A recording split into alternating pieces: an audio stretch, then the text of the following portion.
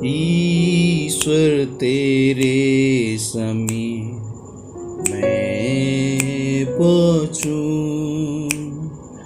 और क्रूस के द्वारा ही सामर्थ पाऊं। ये गीत नित मैं गाऊंगा तेरे समीप सदा, तेरे समीप सदा और भी समीप। उठ कर स्तुति तेरी मैं करूँगा, पत्थर सा दुखों पर जय पाऊँगा। ईश्वर से मुझे क्या जो अलग करेगा, तेरे समीप सदा और भी समीप। परम प्रभु परमेश्वर पिता की स्तुति हो। और आइए हम आज का मनन के लिए भजन संहिता का पुस्तक 5वां अध्याय हम पढ़ेंगे। हे युवा, मेरी वचनों की ओर कान लगा, मेरे ध्यान करने की ओर मन लगा। हे मेरे राजा, हे मेरे परमेश्वर, मेरे दुहाई पर ध्यान दे, क्योंकि मैं तुझी से प्रार्थना करता हूँ। हे यहोवा, भोर को मेरी वाणी तुझे सुनाई देगी और भोर को प्रार्थना करके तेरी बाट जोड़ूंगा, क्योंकि तू ऐसा ईश्वर नहीं जो दुष्टता से प्रसन्न हो, बुराई तेरे साथ टिक नहीं सकता।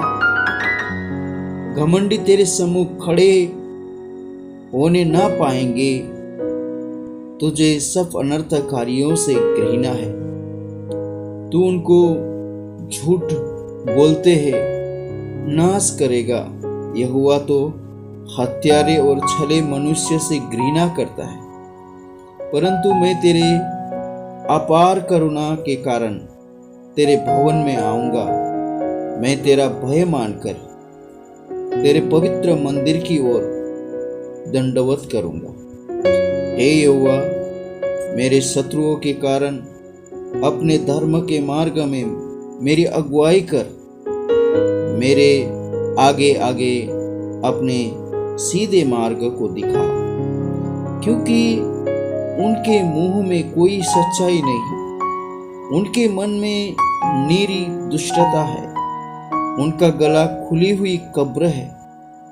वे अपनी जीभ से चिकनी चुपड़ी बातें करते हैं। हे यहोवा, तू उनको दोषी ठहरा, वे अपनी ही युक्तियों से आप ही गिर जाए। उनको उनके अपराधी को अधिकाई के कारण निकाल बाहर कर, क्योंकि उन्होंने तुझसे बलवा किया है। परंतु जितने तुझ पर भरोसा रखते हैं वे सब आनंद करें, वे सर्वदा ऊंचे स्वर से गाते रहे, क्योंकि तू उनकी रक्षा करता है और जो तेरे नाम के प्रेमी है तुझसे प्रफुल्लित हो, क्योंकि तू धर्मियों को आशीष देगा और यहोवा तू उसको अपने अनुग्रह रूपी ढाल से घेरे रहेगा। परम पवित्र परमेश्वर को स्तुति और प्रशंसा हो। मेरे प्रियो, इस 5 अध्याय भजन संहिता हम पढ़ने के समय में यहाँ पर हम देख सकते हैं कि भजनकार दाऊद यहाँ पर परमेश्वर यहोवा से इस तरह प्रार्थना करते हैं, हे यहोवा, मेरे वचनों पर कान लगा।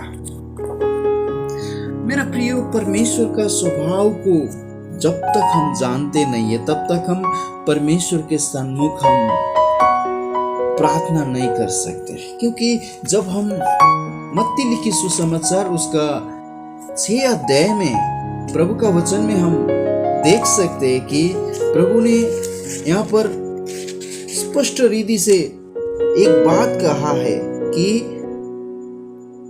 हमारा प्रार्थना अन्य जाति के समान बड़बड़ करने वाला प्रार्थना नहीं होना चाहिए। मेरा प्रियो, परमेश्वर का पवित्र वचन में बता रहे मत्ती लिखी सुसमाचार 6 अध्याय 7 वचन में, प्रार्थना करते समय अन्य जातियों का नाई बकबक ना करो, क्योंकि वे समझते हैं कि उनके बहुत बोलने से उनकी सुनी जाएगी। और यूहन्ना लिखी सुसमाचार उसका 15वां अध्याय में जब आप प्रभु का वचन में आप देख सकते उसका 7 वचन, यदि तुम मुझ में बने रहो और मेरी वचन तुझ में बनी रहे तो जो तू चाहता है वो मांगो और वो तुम्हारे लिए हो जाएगा। मेरा प्रियो, हम वचन के दायरे में होकर हम प्रार्थना करना चाहिए, वचन के बाहर जाकर नहीं। यहाँ पर दाऊद परमेश्वर से कहता है मेरी वचन की ओर कान लगा, क्योंकि उन्होंने परमेश्वर को स्वभाव को जाना था कि परमेश्वर सुनने वाला परमेश्वर है। क्योंकि जब आप निर्गम के पुस्तक the book of Exodus chapter 8 verse 13 में जब आप पढ़ेंगे तो प्रभु का वचन में बता रहे, और यहोवा ने मूसा के कहने के अनुसार किया।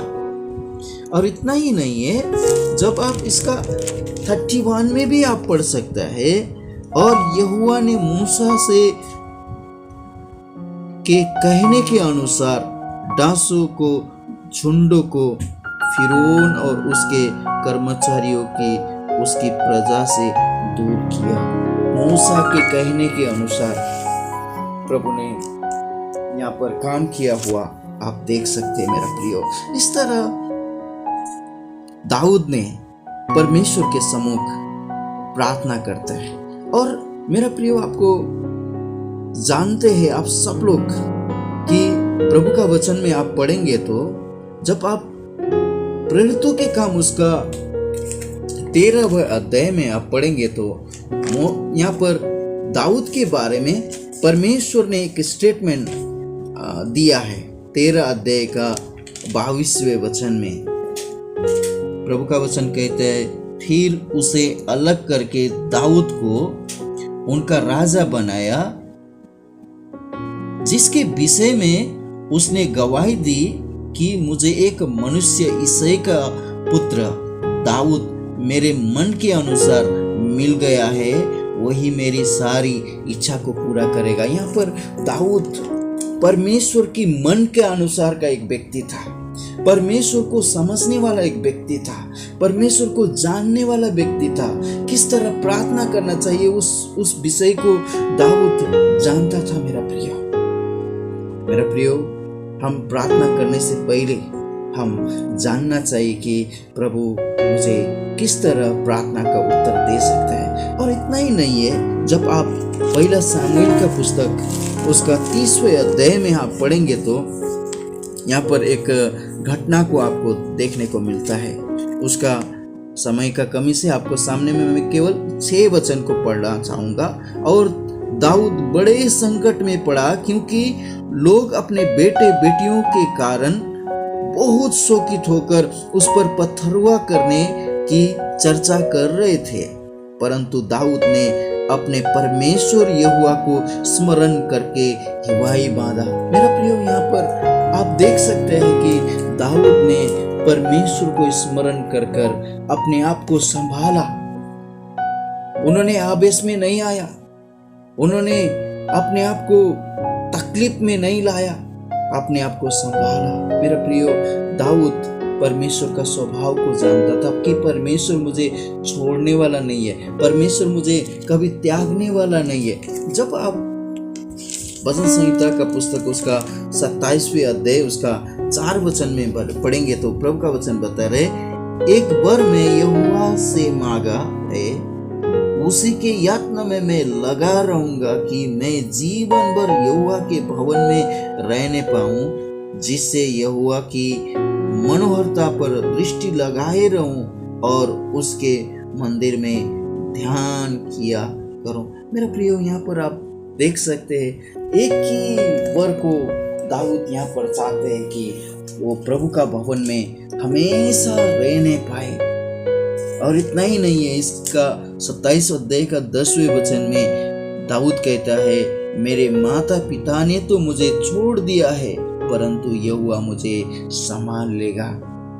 मेरा कितना भरोसा, कितना एक दूसरा के साथ कितना अच्छा एक संबंध आप देख सकते हैं। मेरे प्रियो, आज आप प्रार्थना करते हैं क्या?